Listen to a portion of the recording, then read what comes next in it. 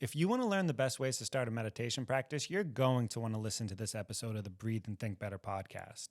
This episode is going to show you how to start a meditation practice and answer questions like, how long should I meditate for? We're going to give you examples of how meditation can actually improve your confidence and reduce your anxiety in real time. We talk about how meditation affects the brain and which meditation could be best for you. Many of our 350,000 followers on TikTok have told us that just listening to this podcast is like doing a meditation. So if that's something that interests you, smash the like button and enjoy the show. The more you meditate, it improves your baseline of just being in a meditative state. And so the less you actually have to meditate to maintain that baseline state. You really are not your thoughts. And thoughts are something that are so interesting because it's like we don't really know where they come from. You know, like we have a very basic understanding of the human brain. There's so much we don't know. Ryan asked, I've been trying to breathe through my nose, but feel my nasal passages are small. Any tips? So the first tip I'm going to give you, Ryan, is it feels like your nasal passages are small. So it feels like you can't get a full breath in through your nose. Contrary to how that feels, that pressure that is created when you're inhaling through your nose actually helps fill up your lungs more than breathing through your mouth with no pressure. It's such a powerful realization, you know, to realize that you're not your thoughts. Like if you have a weird thought one day, that doesn't mean that you're weird. Like it's just a weird thought. And that happens to everyone. Okay, looks like we're live. Hello, everyone. Hello, Danny. Hello, Jake. It is a pleasure to be here on our very first TikTok Live through the TikTok Creator Studio.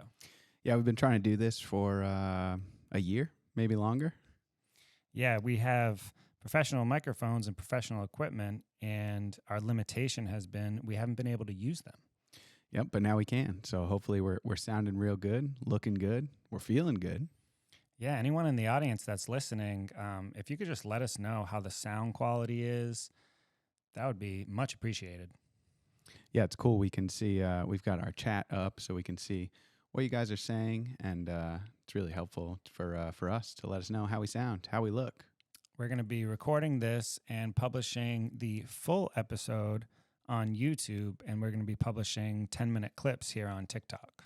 Yep. So keep your eyes open for that. And today we're going to be covering a whole bunch of different topics. And these are all questions that our audience has asked us over the years. You know, we've been at this for almost 4 years now. So we get a lot of questions over time. So we're going to address some of our most frequently asked questions and then just kind of see where the conversation goes. Chidera says we sound great. Thank you so much for that feedback. We're going to be going here for the next hour, and we hope it sounds great the entire time. Yeah, if something changes, be sure to let us know. But welcome in, and as always, if you have questions as we're talking, go ahead and ask them, and we'll monitor them on our nice screen over here to the side. Yes. So, I mean, first question off the top of my mind is, Danny, I just met you. I just learned about meditation. This is all hypothetical here. And how do I start? How do I start a breathwork practice? How do I start a meditation practice? It's definitely probably the most common question that we get. And I think that number one, if you're already asking that question, you're on the right path. You're going down, you know, the right, you're asking the right questions. And if you're interested in starting breathwork or meditation, you're already sort of ahead of the game. Now, if you're listening to this show, the show is called Breathe and Think Better. So that's what we're focused on here is predominantly breathwork and meditation. So consuming media like this is a great way to start. But as far as like actually starting your own practice, both Jake and I on each one of our pages have some exercises on there. So my page is the 1 minute meditation. Obviously, this page is Breathe Blue Door that we're on now. But we have exercises on both of those pages, and that's a really great place to start. We also have an excellent Substack community where we publish all of our content in one place. We've got breathwork exercises, meditations, and then you're also able to kind of ask us questions, comment on the post, talk to other followers.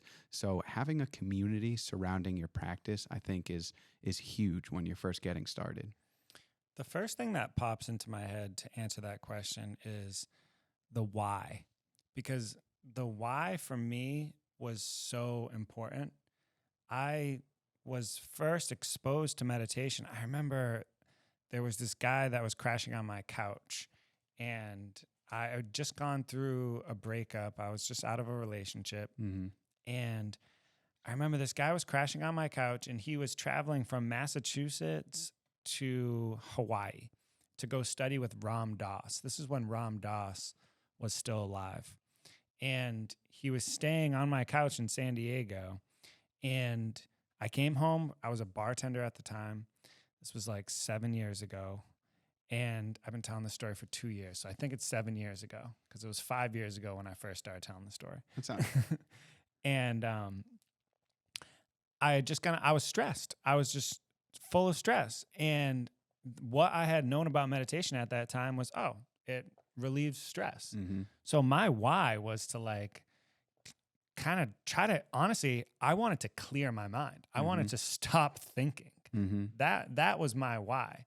And as the years go on with meditation practice, you realize that you never stop thinking. But to manage the thoughts and to experience the thoughts through a different lens, that's the major why as to why I keep practicing. I think you bring up a really good point about like the thoughts never stopping. Because another thing that we get all the time is like, I can't meditate. Like, oh, meditation's not for me. Like, my brain doesn't work that way. The thoughts, like, they never stop.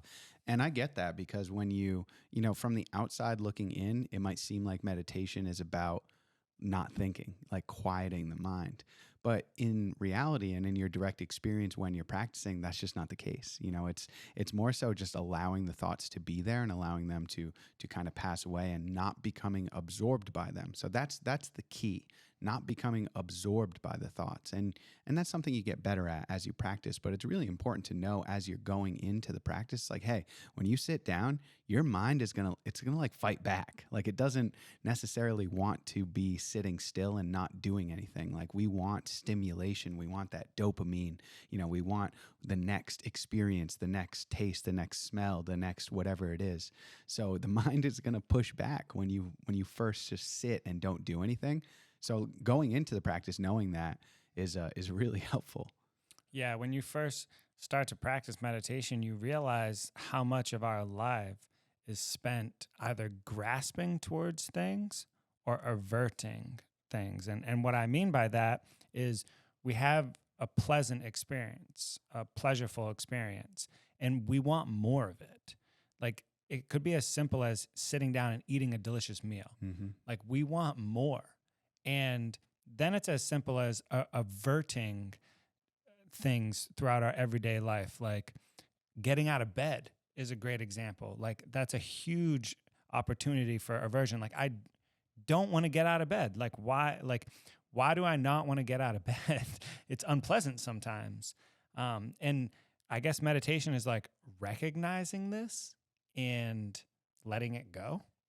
Yeah, definitely. I think that, I was thinking when you were talking about aversion, it's like, we don't ever want to be uncomfortable. Like, especially today, like it's so easy to be comfortable. Like, we have so many comforts surrounding us. And I think getting out of bed's a perfect example, because it's like, when you get out of bed, like, you're probably going to be cold, and like, we're getting old. So like, you got to stretch when you get up, like, you might have some lower back pain. And it's like, you don't want that. So you're staying in that comfort of the bed. But the paradox is, like, the more that you experience being uncomfortable, the easier it gets, right? And that's and I think that kind of falls into the meditation too, because, sitting and doing nothing is uncomfortable, but it's beneficial. So it's like, kind of goes back to your why. Why are you practicing? It's not to be comfortable. That's not why you practice meditation. You're practicing for whatever reason it is that's specific to you. And it kind of gets you out of your comfort zone and gets you used to sitting quietly, not doing anything, which for all of us is really uncomfortable at the beginning. Yeah. I mean, for anyone listening right now, we would actually love to hear your why in the comments as to, there's a reason why you want to meditate. You don't just choose the practice of meditation for no reason. Mm-hmm. Like we live in a culture where we always want to get the most the best bang for our buck.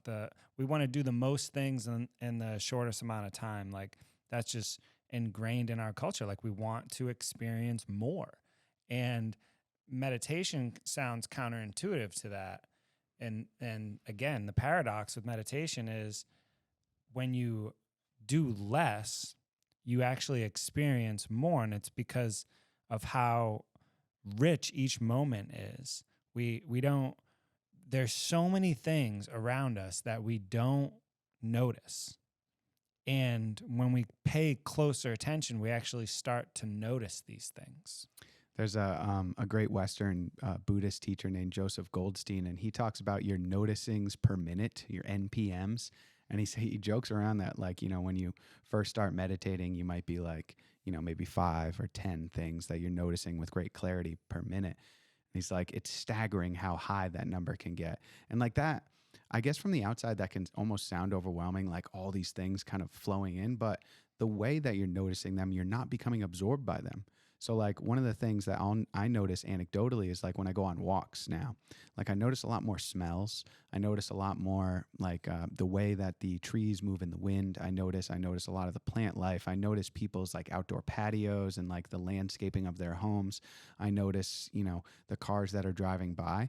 But it's not overwhelming because none of these things are absorbing. It's a simple noticing, and then as soon as it appears and then disappears in awareness so quickly, but you notice it. And it's just so interesting to me that before I started my meditation practice, I just wasn't like, I would spend most of my walk just like thinking about what I had to do that day. Like, and I thought that was normal. And I mean, that is normal. But it's not necessarily the best way to go through your life. It's not necessarily healthy. And so that the noticings per minute, NPM, I really like that idea. Yeah, I mean, just going for a walk and feeling the air on your skin is something that you don't notice if you're just lost in thought or if you're just clinging to every thought that pops into your head. And it's hard because, we have so much going on. Like, I get it. Like this morning when I was on my walk, I did notice a few times my mind become absorbed by like the to-do list. There was a few things I needed to accomplish before I even left my house to go to the office this morning. And I was kind of like rehearsing that in my mind for a few seconds. But one of the beautiful things about meditation is that I quickly noticed that I was doing that and then just kind of let that thought go by and just kept walking. So like it's that ability to recognize when you become lost in thought and then redirect it to the present moment. That's the superpower. And it's like you can't really notice when you've become lost in thought unless you train the mind to notice it. Because like the mind is just going to keep planning. That's what the mind does. So it's like the thinking mind is always in control. And then through meditation, you learn to kind of activate that sense of presence. And then you get really good at being like, oh, I'm lost in thought, like almost instantly sometimes. And it's amazing what that can do for you. So Danny, this is a comment that we get all the time. And so I just, I want to hear your opinion on this. Mm-hmm. I can't meditate. My mind moves too quickly. What should I do? I can sit still, but my mind is hyperactive. So that's kind of like what we were talking about with that the mind fighting back when you first go to sit. It's not our default mode network. Like our brains are not conditioned to doing nothing and having no stimulus, right? So that's what that pushback is. And this kind of gets wrapped up into another question that we get all the time, which is how long should I meditate for? And these two questions are related because if you just sit for 1 minute or 2 minutes, it's beneficial, yes. But you're not really giving yourself a chance to push through that initial pushback that the mind is sending you, those thoughts. You really need 5, 6, 7, if you can get up to 10 minutes, great. But you need that time in order to settle in to the meditative state, let those changes kind of happen in the brain. And that's when those thoughts will kind of slow down, or you'll at least get to a point where you recognize the thought and then it just disappears, So I think that's like when you first start, that's going to happen. And just go into it knowing that that's going to happen, and then you're better able to handle it.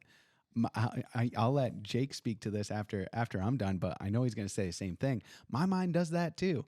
all of our minds do that. The amount of thoughts that come through my mind when I first sit down to meditate, it's staggering. But I've gotten to a point where I know that's going to happen. So it's normal. And I'm just, okay, I have the thoughts. And, Russell Brand has a great bit where he's talking and it's like the mind's like, oh, like maybe I'll go scuba diving one time, or I wonder what birds of paradise look like, or, like these crazy thoughts come through. But just knowing that that's going to happen and let it go. And then eventually you'll just come to a place where the mind is much more quiet. Yeah, this actually brings me back to a teaching that I learned from one of my mentors, teachers. His name's Sujantra. He has, 30 years of teaching experience on me. And he told me that it takes 2.5 minutes to get into a meditative state, which take that for how you want it. Like you could, I like that. Yeah. I mean, you could be in a meditative state instantly. And that's the whole Zen tradition basically teaches you that. Like there's certain traditions that show you that you need to go down a path. And then there's certain teachings that like they want to wake you up in the snap of a finger. And I fall in the second camp where I actually think you can wake up in the snap of a finger. I don't think you need to go down a path. But there are benefits of regularly going down a path. And there's also a meditative mindset shift that happens. And I think Dr. Huberman, a neuroscientist out of the University of Stanford, actually has concrete data on this, where the more you meditate, it improves your baseline of just being in a meditative state. And so the less you actually have to meditate to maintain that baseline state, if that makes sense. Yeah. And that's like, and he does mention that how that's like cognitively, that's not super common, right? Because with most mental exercises, you need to keep going.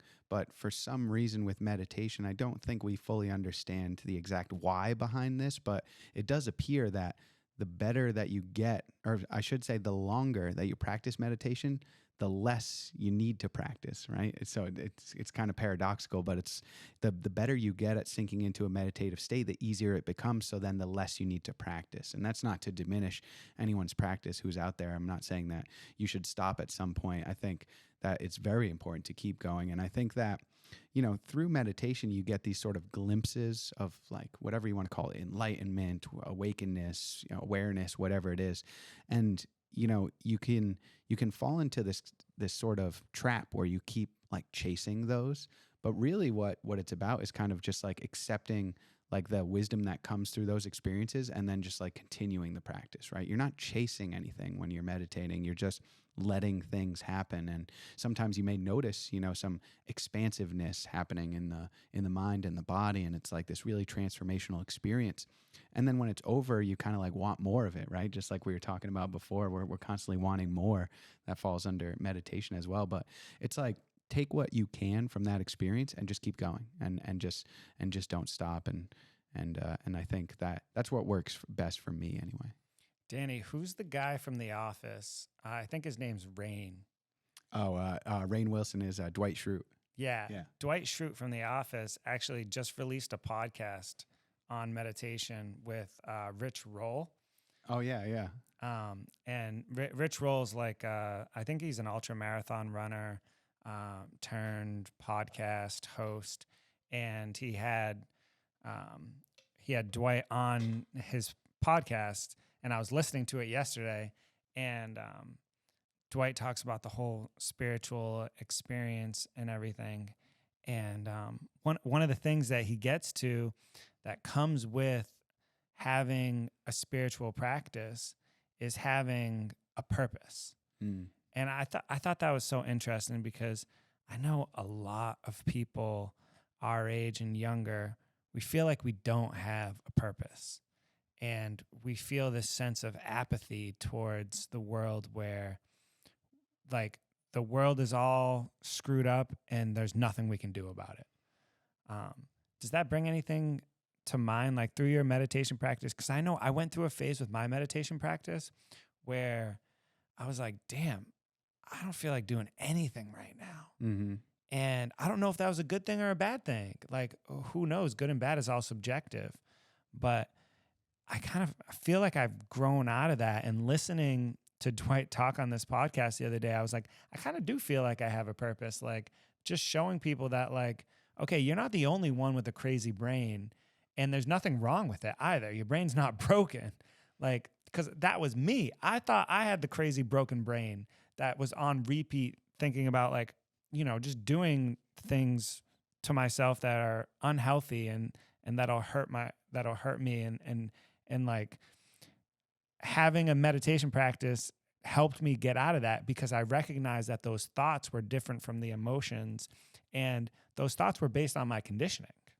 Yeah, and it's like, one of the things that you learn in meditation is that you are not your thoughts, right? Your thoughts just happen because of whatever external factors. It has to do with everything from like what you ate yesterday, how well you slept, what you watched on TV, what media you're consuming. All of those things play a part, and you really are not your thoughts. And thoughts are something that are so interesting because it's like we don't really know where they come from.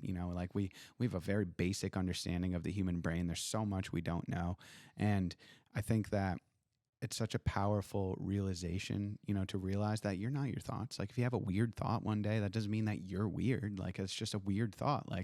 And that happens to everyone. It's there's a name for it, but there is that thing where like, say you're like really high up on a bridge and you feel the urge to jump or open up the car door. Like, you know what I mean? There's a word for that phenomenon that it's eluding my mind right now, but that's something that all humans experience. Like, we all have like these, somewhat crazy like thoughts that pop into our head sometimes. And like meditation shows you through direct experience that you're not your thoughts. Your thoughts are just, they're no different from like a sound that's appearing in your awareness. You can't control the sounds that are coming unless you're making the sound yourself, snapping. And you can generate thoughts. If I say Tyrannosaurus Rex, you're going to think of a Tyrannosaurus Rex, right? So like I have some measurable control of what you're thinking, but you also have some measurable control of what you're thinking yourself. I can focus right now and think of a turtle just popped in my head, just a really cute painted box turtle. But you know what I mean? Like these thoughts don't mean as much as we think they do. Like we attach so much meaning to them, and most of them are just like completely meaningless. And I think that that's something that you learn through direct experience in meditation. A lot of times we attach our thoughts to the emotions that we have in our body. And something that really woke me up was when a teacher by the name of Shinzen Young broke down for me that those are two separate experiences. Like the emotions, like for example, like the expansion and contractions that happen like in your jaw or in your chest, they actually can be separate from the mental chatter in your head. But the mental chatter in your head can cause those emotions. And so if you look at the mental chatter in a different light, like the light where, okay, that mental chatter doesn't mean anything. It's just little blips of energy. Even if you have the same bad thought coming over and over and over again, it still passes away every time. It never stays the same. And so when you go about life with that mindset where it's like, okay, no matter what's happening to me, it's going to pass away. That is an enlightened state of mind. I just saw Today I'm Wise, V-Friends. Shout out to V-Friends. I'm wearing the genuine shirt from V-Friends. I want to let's expand on that idea of things arising and passing away, because it's not only, so that's a big part of like of Buddhism and some of the sutras in Buddhism, but it's also very applicable and practical outside of that, right? So you don't have to believe anything to know truly that anything that has the capability or the tendency to arise will also pass away. That's the nature of everything, and there is nothing that as far as we know persists forever. And it's a very freeing idea and concept, because if you're going through stress, anxiety, even a crisis, it's going to pass. And I mean, that also means that every pleasurable experience, every good thing, those will also pass as well. But this is a very freeing idea. And if you can actually like accept that, so a lot of times in my 1-minute meditations, I use that phrase and I get people and I ask them, how close can you get to that truth, to the change in every moment, and just experience it. Just witness everything arising and passing away. It does something really interesting to the mind when you can do that. It does, absolutely. I just want to take a moment to address a question from our audience. Ryan asked, this episode of Breathe and Think Better is sponsored by the Headspace Meditation app. Through science-backed meditation and mindfulness tools, Headspace helps you level up your meditation game through their game-changing app. Right now, listeners of the Breathe and Think Better podcast get access to 14-day free trial through the Headspace Meditation app. You can access this by visiting the show notes. Every time one of our listeners signs up for the Headspace app, even if it's just for the 2-week free trial, that helps us support our show, and we appreciate that so much. If you enjoy this show and want access to all of our content in one space, we encourage you to sign up for our newsletter. Thanks so much, and let's get back to the show. I've been trying to breathe through my nose, but feel my nasal passages are small. Any tips? So the first tip I'm going to give you, Ryan, is it feels like your nasal passages are small, so it feels like you can't get a full breath in through your nose. Contrary to how that feels, that pressure that is created when you're inhaling through your nose actually helps fill up your lungs more than breathing through your mouth with no pressure. And this has there's definitely a scientific reason for this, and we could probably look it up, but there's actually something that happens. I think it's called negative pressure, and don't quote me on that. But when you breathe through your nose, you're actually doing a better job of filling up your lungs. So the passages are small for a reason, and they're designed that way for a reason. And with a little bit of practice, either mouth taping at night or just consciously breathing through your nose throughout the day, the passages will actually start to open up, and also you'll be filling up the lungs more with each breath because of that pressure. Ryan, thank you so much for that question. And it's great because so right next to me, I've got a whole list of questions that we're going to address today. And that's like the third one on the list. So you're not alone in that. A lot of people feel or struggle with getting air through the nose. I am one of them. I don't know if you can see, but my nose is very crooked. I broke it when I was about 16 years old. I still have a deviated septum. However, I have been able to increase the volume of air that I get through my nostrils just by breathing through the nose through an extended period of time. Jake and I read Breath by James Nestor, which we talk about all the time in all of our content. It's probably the best book I've ever read in my whole life. And from the moment I read that book, I've been nasal breathing pretty much every breath since. And that makes a huge difference. You know, we can expand the nasal passageways just by breathing through the nose. So you said that you're having a hard time breathing through the nose. I would encourage you to stick it out and keep going, even if you're just doing like conscious breathing exercises. So like forget about how you're breathing throughout the whole day. Just take, X amount of time, whatever your time commitment is. Say you got 10 minutes, right, before your next meeting or whatever. Just sit and do either just deep and slow inhales in and out through the nose, or do like a box breathing exercise, which we have on this page, alternate nostril breathing. We've got a ton of them. Pick any breathing exercise that utilizes the nose and try that. And it's like hitting the gym for your nose. It really is. It sounds funny, but you can actually increase your ability to get air in and out of the nasal passages just by exercising, the nose. Yeah, and we also have exercises on this page that help open up the airways in your nose, because when you do a breath hold, when you hold your breath, it builds up the CO2 in your body, and that actually opens up your nasal passageways as well. You can literally do a series of 6 breath holds where you hold your nose closed, and you can even shake your head to speed it up the process. And then for those of you just listening right now, I'm just holding my nose and shaking my head back and forth. And what that does is that actually helps open up the nasal passageways. Yeah, that's a great trick too. If anyone out there is experiencing allergies, I know in California right now, we're in the middle of a super bloom. And usually my allergies aren't too bad, but I've been having some issues. And that particular exercise, which is part of the Buteyko method too. So if anyone wants to learn more about Dr. Buteyko and his method, we have a video over on our YouTube channel, Breathe and Think Better, that you can go watch. We also have a podcast episode about Dr. Buteyko, but that comes from his method, and that's one of the techniques that's just really good at opening up the nasal passages. It's not necessarily a long-term fix, but in the short term, so for someone like you, Ryan, if you did that exercise, and opened up the nose and then did some conscious breathing in and out through the nose, you'll be able to move a lot more air volume through there and probably help you feel a little better. Yeah, and you'll notice it's natural. Like you'll notice your nostrils switching back and forth. Um, One will open, one will close. They'll go back and forth, and that's all natural. That's just how our body's designed, and so that's continuously going to happen.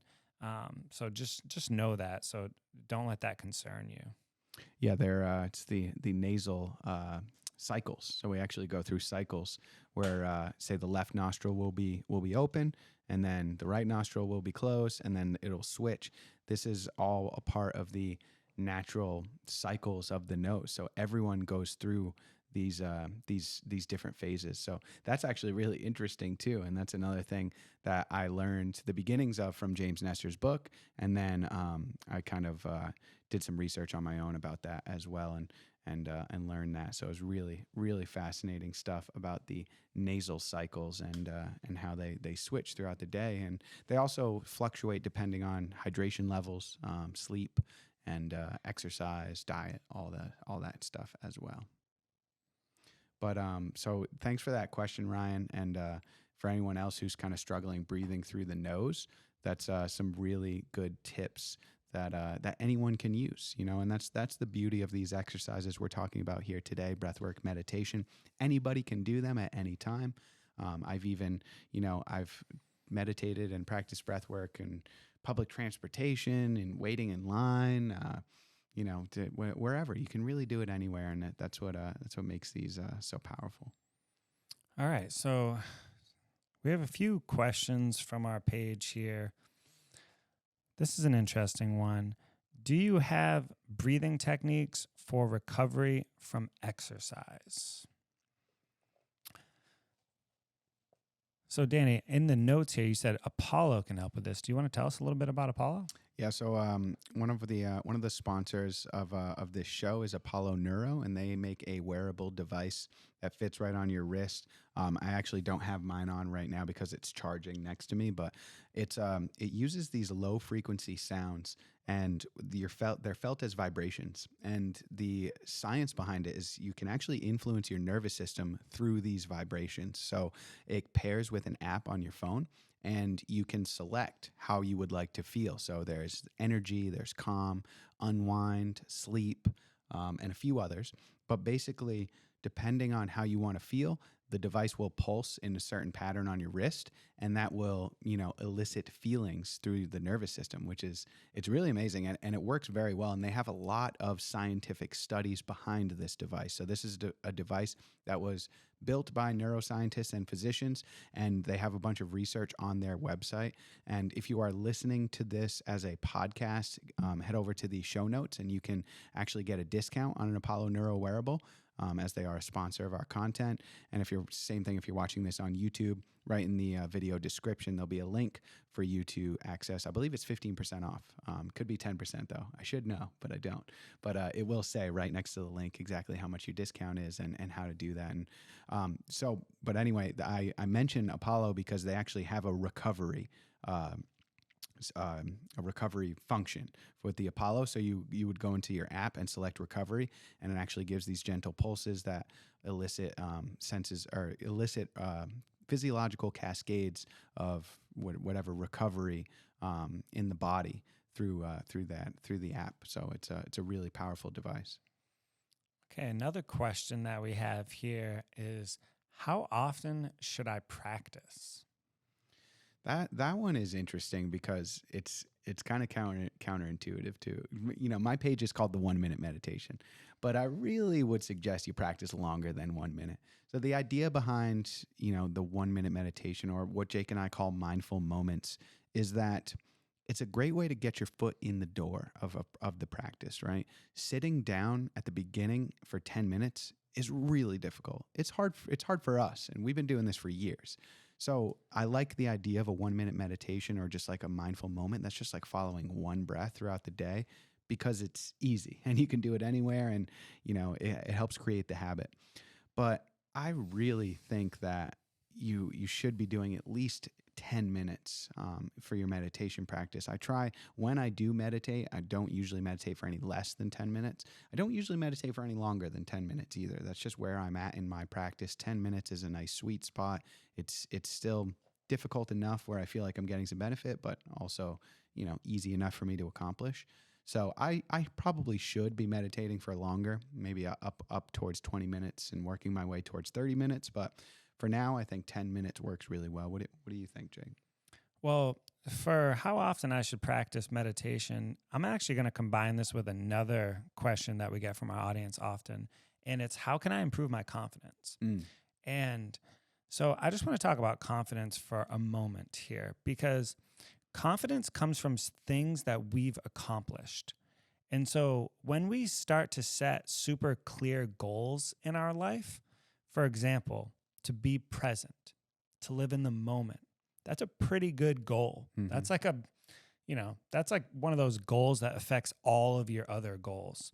And so in order to accomplish that goal, to be present, to gain confidence, you can do that through a meditation practice. And so you want to set a time and a place where you meditate, and you want to make sure that you don't give up and you actually accomplish that goal, because that will give you the confidence that you need. So if you start each day with a 10-minute meditation, that's the first goal that you have of the day, is to be present for the 10-minute meditation. When you accomplish that, that's going to give you confidence, and that's going to carry over into every aspect of your life. So if you know that your mind, if 10 minutes is just way too long, then don't set that timer for 10 minutes. Just, head over to Danny's page and do a 1-minute meditation every day. That can be your goal. That can give you your confidence, because confidence is such a big thing. The thing that holds us back from so much is fear. And we overcome fear with confidence. We overcome fear with presence. We overcome, fears come from our anxieties. Anxieties, most of them are illusions. Like we're fantasizing about the future, and we're ruminating over the past. That's what's giving us anxiety. And when we're actually present in the moment, it's tough to be anxious, like when we're actually here right now, whatever it is we're doing, it's tough to be anxious. And so that's the way I would answer that question is, what's your baseline? Where are you at right now? And, if 10 minutes just seems like a long shot, then don't set that timer for 10 minutes. Just do 1 minute, but do it consistently and repeat it. And, perhaps your goal could be, I want to meditate for 1 minute for 10 days in a row at the same time. By accomplishing that goal, it'll give you confidence. Yeah, that's a good point. I think that, it's just like working out in the gym. It really is. Mental fitness, physical fitness, very similar. It's like you don't just go to the gym after not having been, ever, and work out for 3 hours, just like totally destroying your body. The next day you're going to feel horrible. You're never going to go back to the gym again. It's very similar. It's like you don't start with a 1-hour meditation. That's just going to set yourself up for failure, just like in the gym. It's the same idea, and the principles are the same. Consistency is key. Going to the gym for 10 minutes every single day is so much better than going, once a month for an hour. You know what I mean? Consistency is key. The body and the mind both respond to consistency. And so it's like, as far as how often you should meditate, every day. How long should you meditate? Well, that's up to you. That's more so like, where's your starting point? Like Jake was saying, like where are you at? I don't know the answer to that, but I think that as far as how often, yes, it's clear that you should be trying at least to practice every day. Yeah, it's the repetition that really, you start to see results when you repeat the practice over and over again. It's funny that Danny just brought up going to the gym, because I just moved into a new apartment complex, and there's a gym right outside my apartment complex. And, I always do my exercises on my own. And, I am mobile, even though we work at the desk. Like I walk for a couple hours every day. And so I kind of incorporate gym activities into my life. But at the gym, there's a pull-up bar, and I haven't had access to a pull-up bar in a while. I've been actually doing pull-ups on the side of the roof for a little while, but they cut up my hands, and so I stopped doing it when I cut my finger. But what I've been doing is I've been going to the gym every day and just hanging from the pull-up bar. Mm-hmm. And then I was doing every day I was going to the gym to hang from the pull-up bar. And now I'm at the point where I'm going into the gym and I'm doing 10 pull-ups. Mm-hmm. And it's because I just kept repeating it every day. It's like, I'm not trying to get huge shoulder or anything. Like, I'm just trying to stay fit. Mm-hmm. And, it's more to just like stretch out my body and everything.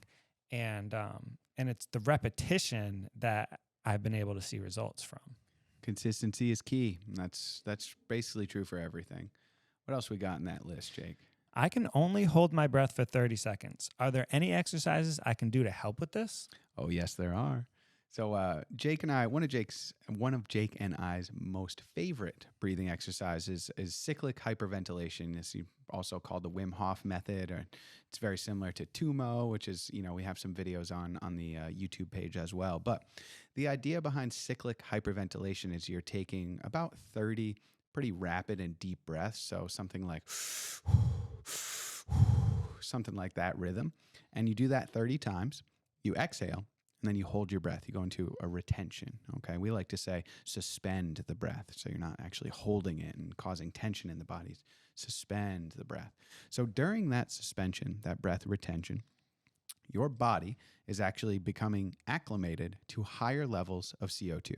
So the human brain knows when to breathe, not because our oxygen levels have dipped too low. It's actually because our carbon dioxide levels have gotten too high. And so we have right behind our ears, we have these chemoreceptors, and they measure the CO2 in the blood. And when that threshold gets too high, the body knows it needs to breathe. And that's how we know as humans how to automatically breathe. So you can actually train the brain to be okay with higher CO2 levels, thus allowing yourself to hold your breath for longer. And you simply do it by practice, right? So that cyclic hyperventilation offloads a bunch of CO2, over-oxygenates the blood, and then when you're holding, that CO2 starts to rise and rise and rise in the blood. And when you first start, you kind of feel around 30 seconds, 45 seconds, like, I got to breathe. But what you have to do is you have to stay calm. You have to try and just really relax into it, slow your heart rate down, and you can actually hold your breath for 2, 3, maybe even 4 minutes, just with very little training. We always have to preface this with, whenever you're practicing cyclic hyperventilation, don't do so near water. Don't do so by yourself. Don't do if you have medical things, and discuss with your doctor. Don't do it if you're pregnant, all that stuff. But I think that that's the best exercise that I know of training yourself to hold your breath for longer. Yeah. And so I 100% agree with Danny on that. Now I'm just going to go to the other side of the spectrum, something that you can also do every day to help you with your breath retentions, your breath holds. And that is an exercise straight from, it comes from the Buteyko method. And I learned it originally from a book by Patrick McEwen called The Oxygen Advantage. And it's an exercise that they teach in The Oxygen Advantage where you hold your breath while you walk and you take steps. And so you'll see what your baseline is. So if you're walking and listening to a podcast right now, as long as you're not driving or anything, it's the perfect opportunity to try this is you just hold your breath and see how many steps that you can take until the air hunger builds up so much that you need to breathe. And you can practice this every day, and you'll notice that you'll be able to take more and more steps every day. So you may start off at 10 steps, and then, a week later, you're like, whoa, I'm taking 15 steps without needing to take a breath. You get up to 20, 25, 30, and you can build up your CO2 tolerance that way, which can also help with this. It's pretty amazing how quickly the your tolerance builds up and your retentions grow. Like when Jake and I first started practicing Wim Hof, it was maybe a minute we would hold the breath, and now we routinely pass 3 minutes, no problem. I'll show you guys because we use the Wim Hof app and it tracks all of our breath holds and things. But like I said, when we first started, we were doing like a minute, and then here, if we look at our results here, look, I can show you guys. If I get nice and close to the camera here. So what does it say? I couldn't show it, but so we've held our breath for 33 hours and 41 minutes. So that's over the course of about 2.5 years. And our longest that we've held is 4 minutes and 24 seconds. And our average retention is 2 minutes and 52 seconds. So even accounting for that, beginning phase where we were only doing a minute, it goes up so quickly. So it's very easy to add on to your retention time, increase the amount of time you can hold your breath. It just takes consistency and practice. Here's another question. I always feel the need to take a deep breath. My doctor says I'm healthy. What's going on? So I'll tackle this one first. I think that we suffer from something called screen apnea. This is a very well-known and well-documented phenomenon. We have a tendency to hold our breath when we are using screens. So for most of us, that's pretty much all day. This is also called email apnea, but essentially there's something going on with the attention and the way that most of us, probably posture plays a decent role in it. But we tend to hold our breath when we're viewing screens. And you can notice this. You'll be sitting at the computer and you might all of a sudden just need to take a sigh, and it's the body's response to strange and carbon dioxide levels and oxygen levels. And it's because we're just unconsciously holding our breath. But it's not good for us in the same way that retention we were just talking about. When you do a retention, a conscious breath holding exercise, there's all these physiological cascades that happen in the body. It fights inflammation, it improves the immune response, it lowers your blood pressure. It's just really good for you.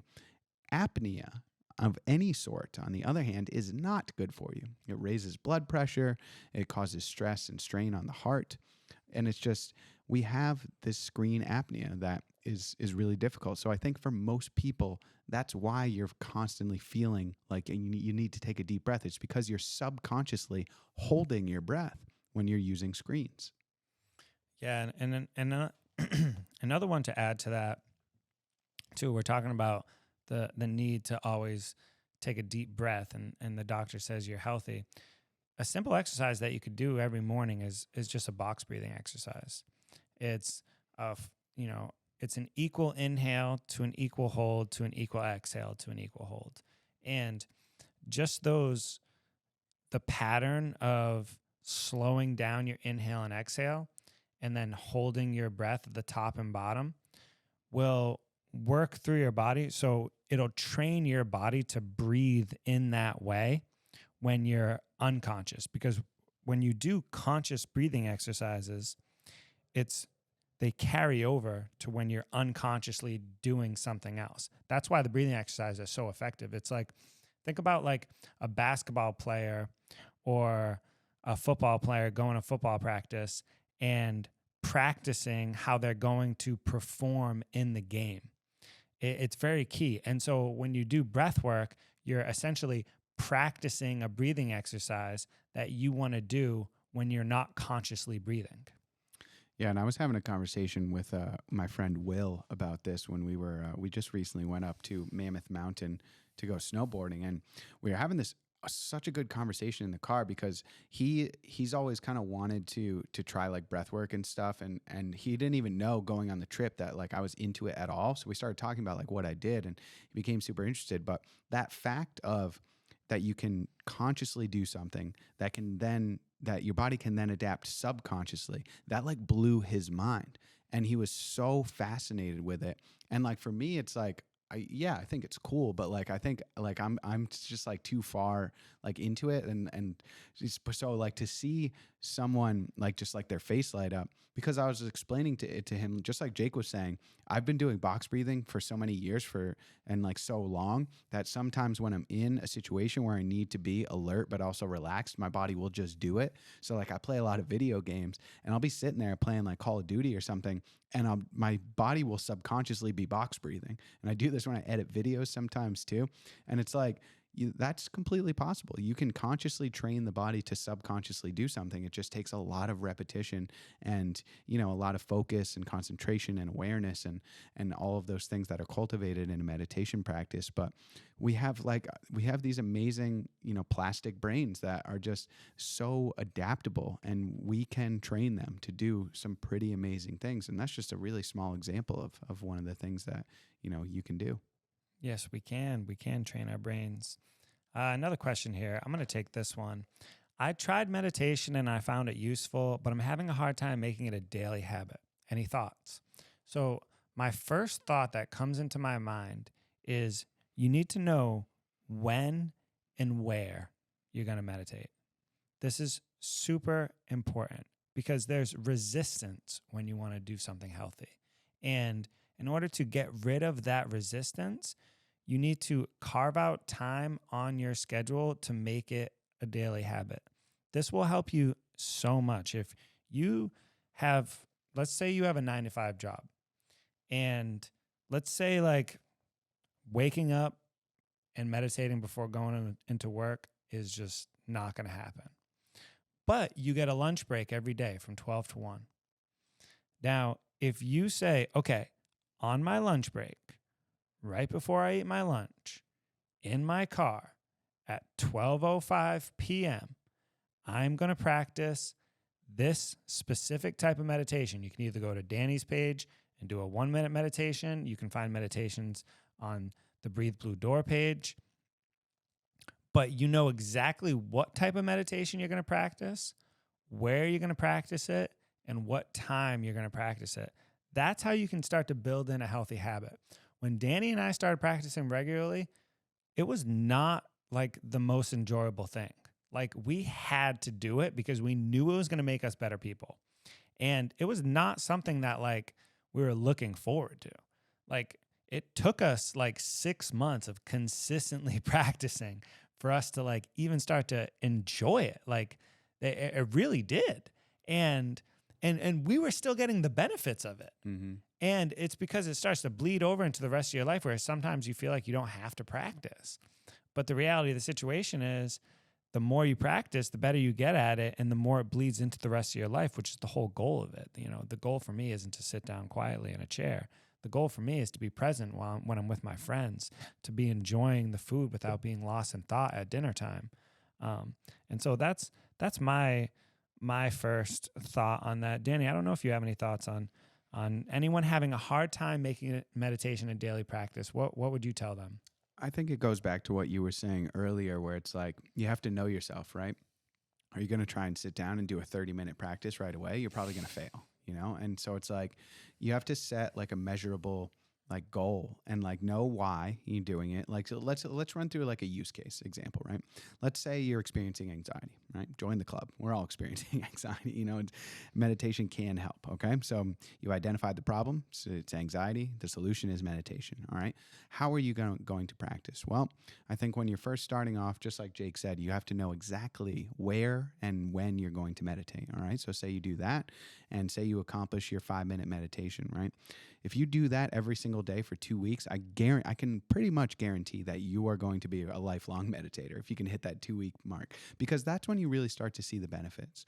So it's like set a measurable goal, know your why, know where and when you're going to meditate, and then repeat it for at least 2 weeks. And it's like, I can't imagine for anyone just really not getting into a long-term habit after doing that, because it really, maybe for some people it takes a little bit longer than 2 weeks, but I think 2 weeks is a pretty safe bet where you're really going to start to feel some change in the way that you're interacting with life in general, and I think that is, you shouldn't expect to feel anything, in your first meditation. You certainly might. You might enjoy it right off the bat. More likely is you're not going to like it when you first start. So it's like, you have to, it's just like working out. I keep saying that, it's going to the gym the first time sucks. Going to the gym the second time sucks even more. You're sore. And it's like, you have to get over that hump and until you're finally there and it's a habit. So I think that all of those things combined can help anyone really turn it into a long-term practice. And then on the other end of the spectrum, if you do a breath work practice, a breathing exercise, that's actually something that you can feel right away. Mm-hmm. And if you do an exercise like cyclic hyperventilation, you're going to feel lightheaded and tingly. Mm-hmm. Like after your first 10 breaths, you're going to feel lightheaded and tingly.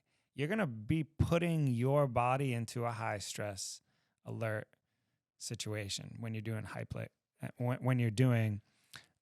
cyclic hyperventilation. And so you're going to feel it. So if you really want to feel something, you can practice breath work. We keep talking about meditation because that's kind of like the whole goal is to live life in a meditative state. You want to be calm and alert at the same time. That's what we all want. And so, if you're looking to immediately flip a switch, you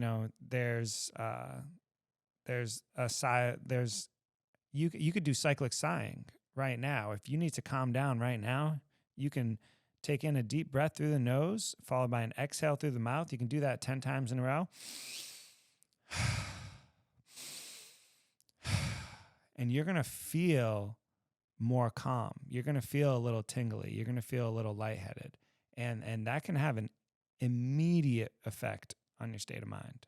Yeah, absolutely. There's a lot of breathwork exercises that are effective immediately, whereas meditation is more so like the long-term approach to the alleviation of psychological suffering. And breathwork is almost like, just breathing is the remote control of the mind. And so it's like we were talking about before, the screen apnea, that has a lot to do with why people feel anxious at work too.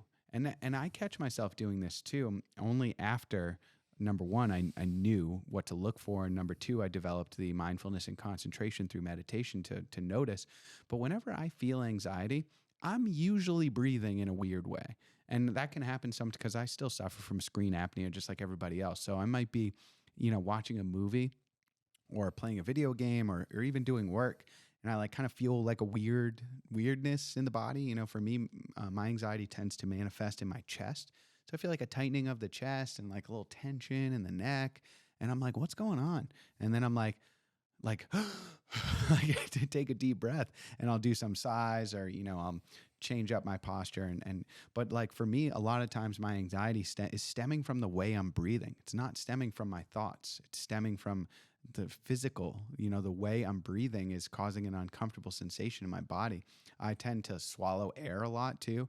If I'm agitated or whatever, I'll constantly swallowing and that builds up gas in my chest, so I'll feel like a pain and I'll be like, oh, what's that? I'm having a heart attack. I'm going to die, and then then I'll burp or something and I'll be like, oh, I feel better, so it's like these physical sensations that cause a lot of the anxiety, and we can mitigate and shift out of that with the breath work.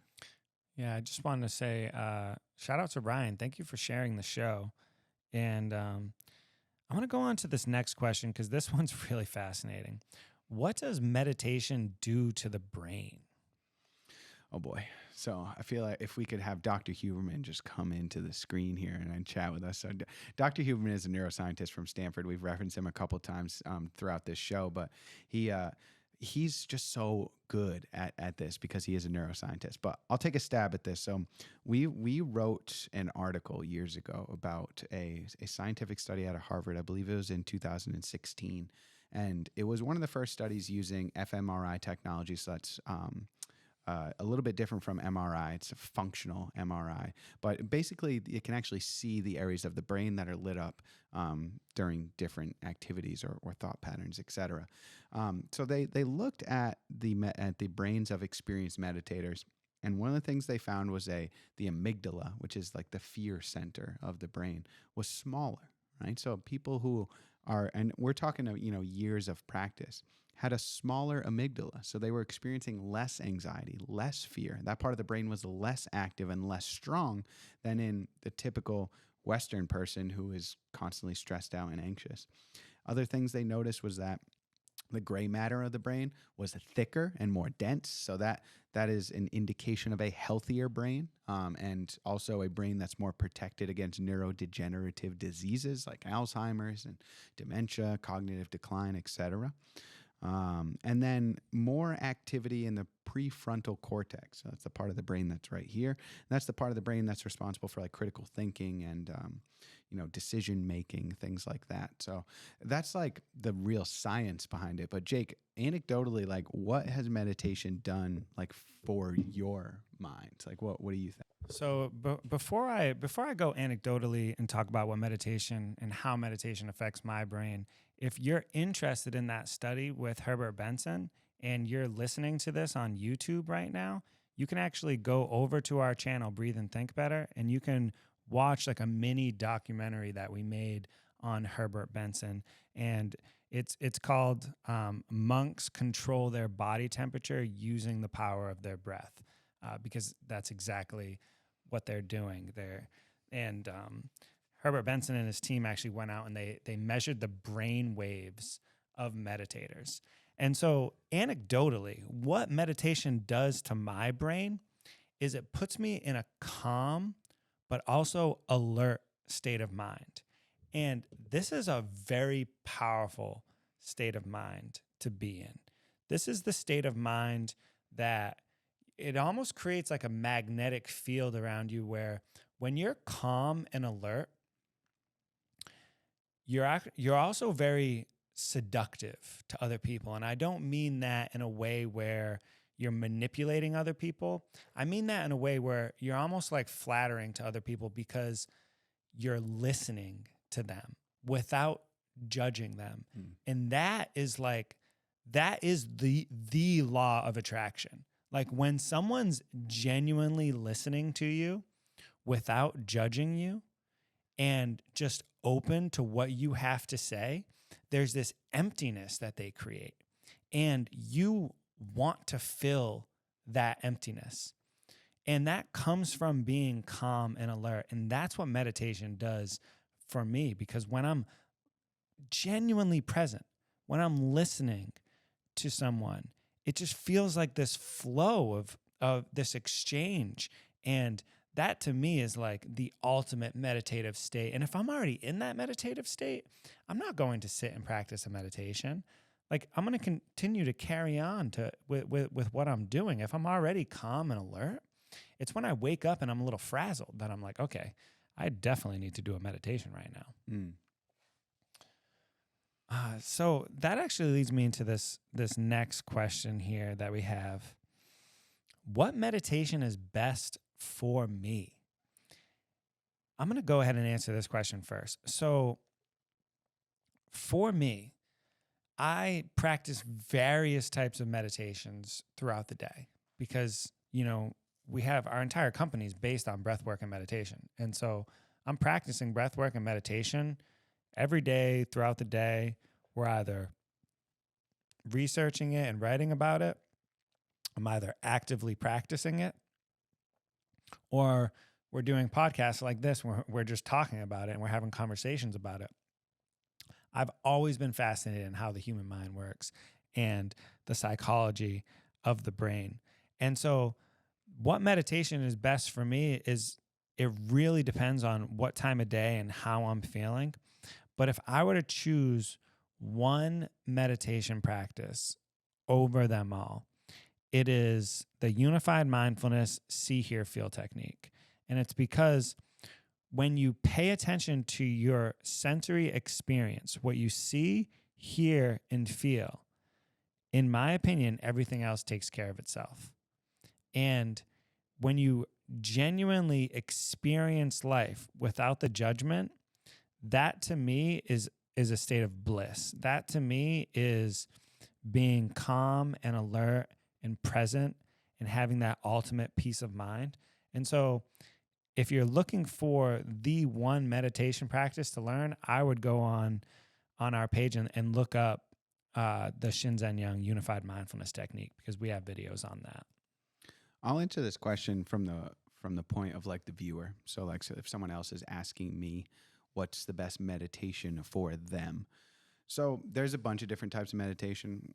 Don't need to list them all, but I think the best one to start with is called a focused awareness meditation. So this is going to be a meditation that actually has a focal point. You can call it an anchor, you can call it a home base, whatever you'd like, but you're constantly bringing your attention to this point and then returning to it when the mind has wandered. That's a focused awareness meditation. And typically you start with the breath, right? So it's bringing the full awareness of the attention to the breath and then just being. And as soon as you notice your mind has become lost in thought, you redirect it.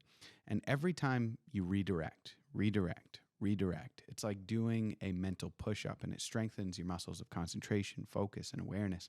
And the reason I think that this is so good is because it's so logical and practical and easy to understand. And it's a little bit different from, say, something like an open awareness meditation, which you're just opening up to everything that's happening in the present moment. That can be a little difficult when you're first starting, because there's a lot, and you haven't really figured out how to work through thoughts and like identify or not become absorbed by them, etc. So I think a focused awareness meditation where you're just having a focal point, say the breath, bringing your attention to it, and then constantly redirecting to it, I think is a really great meditation practice for beginners and for intermediate and experts as well. Yeah, and I like this segue here. Can meditation help with anxiety? And with the focus awareness meditation practice that Danny was just talking about, it absolutely can help with anxiety, because if you think about where your anxiety is coming from, if you're lost in thought and you're anxious, you're attaching your anxiety to your thoughts, whether that's mental chatter or mental image. You're attaching it to those thoughts. And so when you use a practice like focus awareness and you bring your attention away from your thoughts to, let's say, a sensation of your breath, and you're just focusing on the breath, and then you get lost in thought and you bring back your focus to the breath, that will help calm your anxiety. Because when you actually do totally start to bliss out on the breath and start to feel all the little subtle movements of your abdomen, the way that air feels on the tip of your nose and the back of your throat, when you start to breathe into different parts of your body, that is a simple way to overcome stress and anxiety.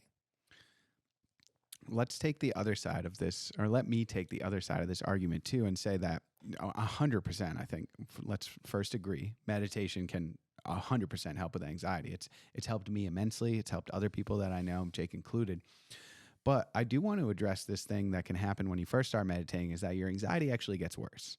And Jake and I both experienced this, and this is really common. And the reason is, when you're first starting to meditate, your perception, so you have two different types of perception. You have interoception and exteroception. And just like it sounds, interoception is your perception of things inside, so below skin level into the body. Exteroception is everything outside the body. When you first start meditating, your interoception typically goes up. Even if you're doing a focused awareness, you're focusing on the breath that's inside the body. High interoception is linked to high anxiety. So if you are a naturally interoceptive person like I am, you are probably more anxious than someone who's exteroceptive. And when you ramp up your interoception even more when you begin meditation, you're going to experience even more anxiety. But the paradox is that this is just at the beginning. Once you get over that initial hump and you're used to, your interoceptive self, Then what you can do is you can actually train your mind to slide along that scale of interoception and exteroception. So Jake introduced me to this really great technique where if you're experiencing anxiety or just like even just kind of foggy minded, focus on what your visual field, on what you can see. And it immediately kind of pulls you out of that anxious state. And that's because you're sliding along that scale of interoception to exteroception. You're switching your perception from inside to outside. And it really pulls you out of anxiety or fogginess or confusion, anything like that. So, but that paradoxically is also why you can experience more anxiety when you first start meditating. So I always like to bring that up because some people on their, when they first try meditation, they're like, what the heck, this made it worse. But it's just at the beginning. I promise once you kind of get over that initial hump, it gets much easier to slide along that scale of interoception and exteroception and work yourself out of that anxiety. Yeah, I mean, I remember when we first started meditating regularly, and I was living alone at the time, and I'd go home and I'd like pick up a knife in the kitchen, and I'd just be like, why am I thinking about cutting myself with this knife right now? I'm like, why am I thinking about, like, why is that thought incessantly playing through my mind? And it's interesting is I never picked that up until I started to become aware that I was incessantly lost in thought throughout the entire day. And I'm like, whoa, this is insane. Like, I don't actually want to do this. Like, I remember being a kid and being like, I want to touch that fire. Yeah. And like I remember that. Like, I was just that type of kid. Like, I was the kid that would light the fireworks. And like, I just remember being like, and it's like you said earlier, Danny, like being up on top of a bridge, like thinking about jumping off. Yeah. You're like you're not suicidal. Yeah. But, jumping off the bridge could be suicide. And for anyone that is like, please, I recommend like reaching out, getting help, of course. But like, just because you have these thoughts doesn't make you that. And so, that's really my point with that. Yeah, and again, that is a human phenomenon. And I am, when we finish this live or this show, I am going to look that up because it does have a name. But it's just like that weird tendency we have to. We also have it towards like I know this sounds terrible, but like if you ever see like a small child and you just want to like kick it or so, you know what I mean? It's that same like, you know what I mean? It's that like, it's wrong, and it's like you have nothing against these small child, or have nothing against yourself. It's just like this weird like thought patterns that we have as humans to like do things that we know we're not supposed to do. That's what it is. It's that tendency to think of things that like we know would either like hurt us or hurt someone else, but like the brain goes there anyway. It's almost like a worst case scenario. If you're listening and you've never had any of these thoughts, well, I'm sorry. I promise we're not. Promise we don't want to hurt anyone. But it's a natural human phenomenon, and again, it just goes back to that concept that we talked about at the beginning of the show, where it's like, you're not your thoughts, man. Your thoughts are just oftentimes completely random, and you can't identify with them.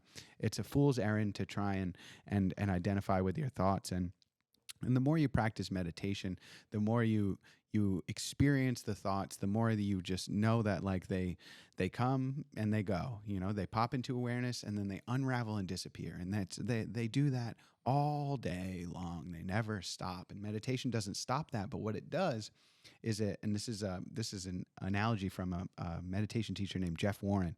It's like your thoughts are Greyhound buses driving through the desert, right? And what you can do, and what you always have the ability to do, is get off the bus, sit down, and he says, crack open a beer, and just watch the buses go by. So it's like you have that power that is fully within your capabilities, is to get off the bus, get off the train, whatever analogy you want to use. You can do that. We can all do that, and meditation teaches us how. Well, I think that's a beautiful place to end, Danny, because I mean, we just covered all these different ways meditation has changed our lives and how we hope to help spread this message to other people, so we can help, you change your life as well. If that's what you're seeking to do, there's nothing more exciting to me than when someone has that aha moment where they're like, oh crap, like this stuff works. Like that's nothing more exciting to me than that. For real. And thanks to everybody who joined us for the live show, and thanks to everyone who's listening to this as a podcast, who's watching this on YouTube or watching clips of this on, Instagram or wherever you are. Thank you so much. And just know that, like, we're not going to stop doing this stuff. We're going to keep exploring these techniques and keep, cutting them up into different ways to deliver to you. And you can have a measurable control over how you feel. You can breathe and think better. That is within all of our power. And if you're interested in that, you're in the right place. And we thank you. We thank you very much. And we will look forward to talking to you guys next time. Thanks so much, everyone, for listening.